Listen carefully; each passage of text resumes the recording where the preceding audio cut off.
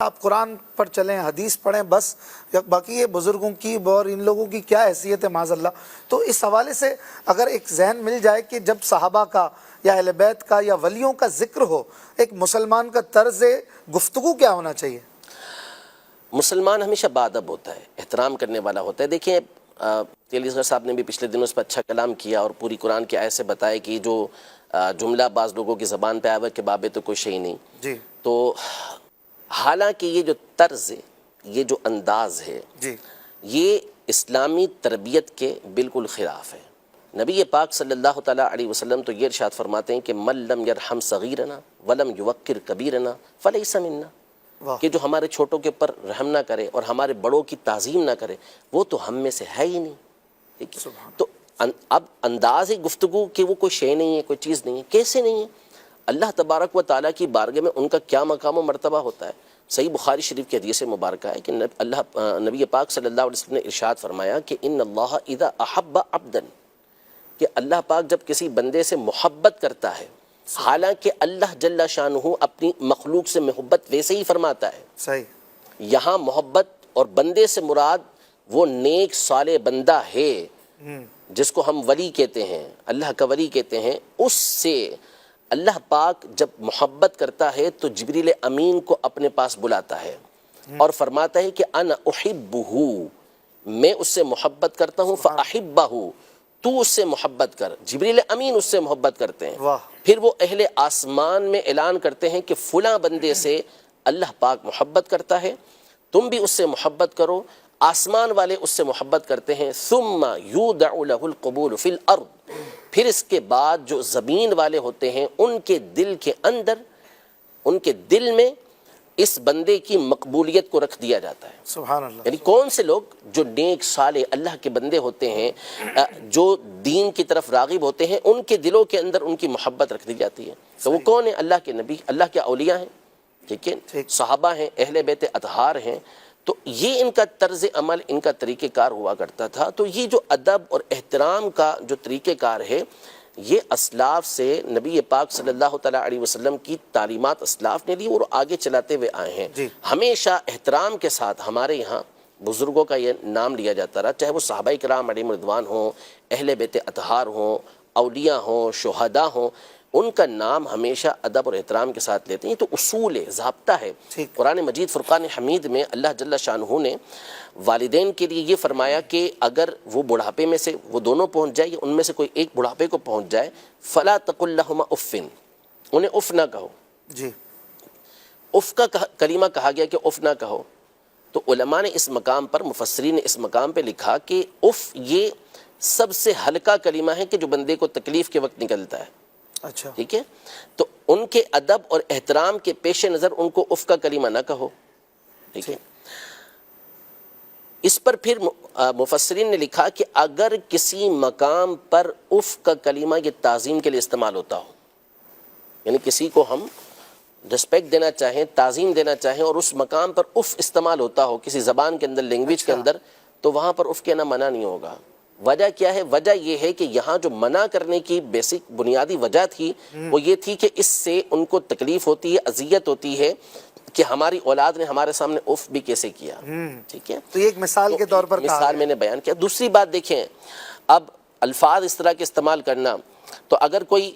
اپنی ماں کو کل سے یہ کہنے لگے کہ یہ میرے باپ کی بیوی ہے، تو حقیقت تو بیان کی نا، لیکن کوئی بھی نہیں کہنا درست ہوگا؟ نہیں بالکل درست نہیں ہوگا۔ تو جو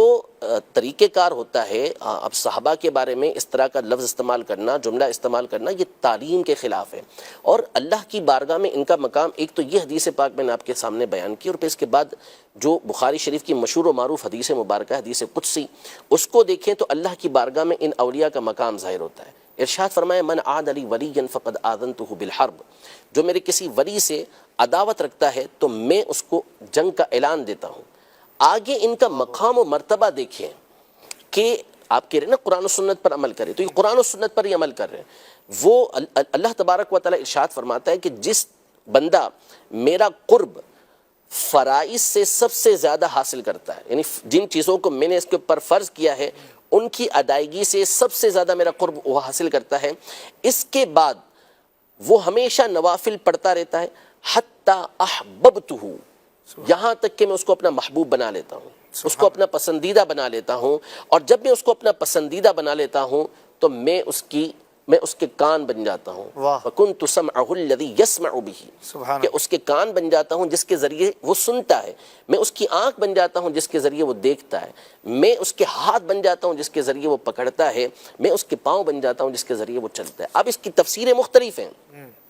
کہ اس کا معنی کیا بنتا ہے، لیکن اب اللہ کی بارگاہ میں ان کا مقام دیکھیں، ان کا مرتبہ دیکھیں کہ اللہ تبارک و تعالیٰ کیا ارشاد فرما رہا ہے کہ میرے اولیاء سے عداوت کا نتیجہ یہ نکلے گا۔ پھر اس کے بعد متصل یہ بات ارشاد فرمائی جا رہی ہے کہ اللہ کی بارگاہ کے اندر ولی بننے والے ان کا مقام و مرتبہ یہ ہے کہ اللہ ان کو اپنا محبوب بناتا ہے، ان کے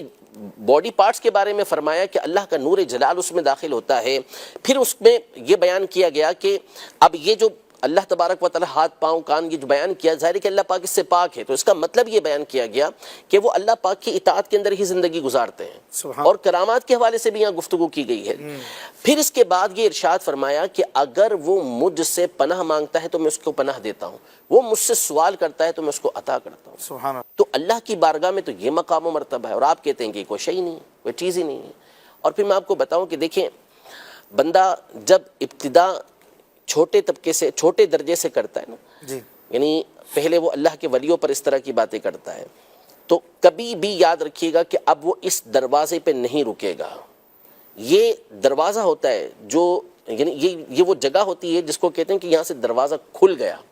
اب اس نے آگے ہی بڑھنا ہے۔ اب اس کے بعد وہ تابعین پر آئے گا، تابعین کے بعد وہ صحابہ پر آئے گا، اور وقت آئے گا کہ وہ انبیاء کے بارے میں بھی اس طرح کی گفتگو کرے گا۔ اللہ، کیوں؟ اس لیے کہ یہ لوگ پردہ اور یہ لوگ دروازہ ہیں، یہاں پر اگر بندہ رکا رہتا یہاں سے وہ جری ہو گیا، صحیح، جیسے قاتل ہوتا ہے،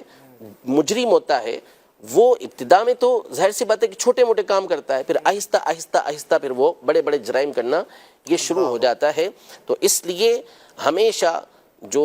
بزرگان دین ہیں، اسلاف ہیں، ان کا ادب اور احترام، اور نام بھی ادب و احترام ہی کے ساتھ لینا چاہیے۔ ہمیں تو سکھایا گیا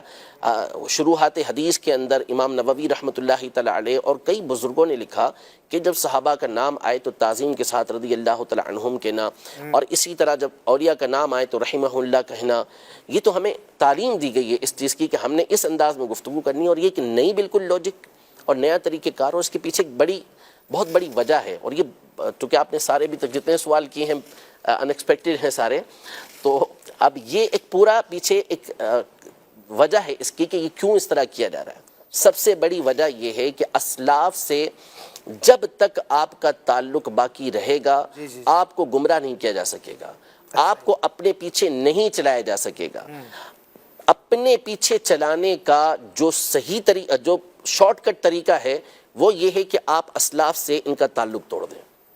جب اسلاف سے تعلق توڑ دیا تو اب منمانی کرنی ہے، جو چاہے آپ کرتے رہیں، جو چاہے آپ بولتے رہیں۔ اب جب حوالہ پیش کیا جائے گا کہ جی یہ تو فلاں مفسر نے یہ بات کہی ہے، جنہوں نے اپنی ساری زندگی اس فن کے اندر گزاری ہے، فلاں محدث نے یہ بات کہی ہے، فلاں فقیر، وہ تو کچھ ہی نہیں،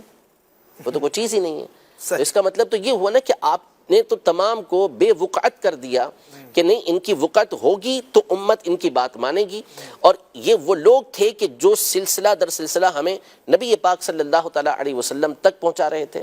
لیکن انہوں نے وہ جو کڑی آ رہی تھی اس سے کاٹ دیا کہ نہیں، ڈائریکٹ ہمارا راستہ، حالانکہ یہ امت کے طریقہ کار کے خلاف ہے۔ اور ہمیشہ آپ دیکھ لیں، کبھی بھی یہ توہین والا انداز آپ کو امت کے اندر جو نیک سارے لوگ ہیں کبھی ان کے اندر نہیں ملے گا، ٹھیک ہے؟ اب یعنی یہ پچھلے 1400 سالوں میں اس طرح ہمیں اچھے لوگوں میں، صالحین میں نہیں ملتا۔ بالکل نہیں تو ملتا۔ لگتا ہے جیسے کہ آج کوئی آیا اور وہ کہتا ہے پچھلے سارے غلط تھے، میں ہی صحیح ہوں،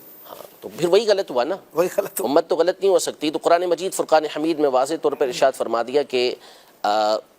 جو شخص بھی مسلمانوں کے علاوہ کوئی اور راستہ تلاش کرے تو ہم کو اس کو اسی کی طرف پھیر دیں گے، نولیہ ما تولی، جس طرف وہ پھر رہا ہے ہم اسی طرف اس کو پھیر دیں گے، اور اس کو جہنم کے اندر داخل کریں گے، اور جہنم بڑا ہی برا ٹھکانہ ہے۔ تو مسلمانوں کا راستہ اختیار کرنے کا حکم دیا گیا، اور جیسا کہ مفتی صاحب نے بھی بیان کیا اس دن کے صراط الذین انعمت علیہم، یہ تو آپ جب تک صراط الذین انعمت علیہم انعام یافتہ بندوں کا ذکر نہ کریں اس وقت تک تو آپ کی نماز ہی پوری نہیں ہوتی۔ اور پھر اس کے بعد جب التحیات کے اندر اب آتے ہیں تو السلام علینا وعلی عباد اللہ الصالحین، صالحین کا مطلب ہی اولیاء ہوتا ہے، نیک لوگ ہوتے ہیں، تو ان کے لیے آپ کا دعا کرنا ضروری ہوتا ہے۔ تو ہمیں تو یہ تعلیم و تربیت دی جا رہی ہے کہ ہم ان کے لیے دعائیں کریں، ہم ان کے طریقہ کار کو اختیار کریں، اور ہمیشہ سے مسلمان یہ طریقہ کار اختیار کرتے ہوئے آ رہے ہیں۔ یہ ایک نئی طریقے کا نیا طرز نکلا، نیا انداز نکلا، اور پھر اس کے بعد اب ہمارے سامنے اس کے اثرات جو ہے وہ دیکھ رہے ہیں ہم۔ ہے تو بہت تھوڑا سا اس کا اثر، کوئی بہت بڑا اثر نہیں ہے، صرف سوشل میڈیا کا ایک ہوا ہوتا ہے کہ جس کے ذریعے چیزیں ہو جاتی ہیں، ورنہ گراؤنڈ ریئلٹی یہ ہوتی ہے کہ ایسے لوگوں کی کوئی حیثیت اور حقیقت نہیں ہوتی۔ دیکھنے والے، کمنٹس دینے والے، گفتگو کرنے والے بھی عمومی طور پہ وہ ہوتے ہیں کہ جو مخالف ہوتے ہیں اور اپنے بے وقوفانہ طرز کی وجہ سے ایسے لوگوں کو پروموٹ کر رہے ہوتے ہیں، ورنہ ان کے فالوورز آٹے میں نمک تو بہت بڑی چیز ہے، کچھ بھی نہیں ہوتے۔ حقیقت یہ ہے۔ تو اصل یہ ہے کہ ہمیشہ سے مسلمان یہ صحابہ سے، اہل بیت سے، اپنے اسلاف سے متصل رہے ہیں، ان کے ساتھ جڑے ہوئے رہے ہیں، اور انشاءاللہ قیامت تک یہ سلسلہ چلتا رہے گا۔ اس طرح کے لوگ آتے جاتے یہ ہمیشہ رہے ہیں، اور علماء ان کا اچھی انداز میں رد کرتے ہی رہے ہیں۔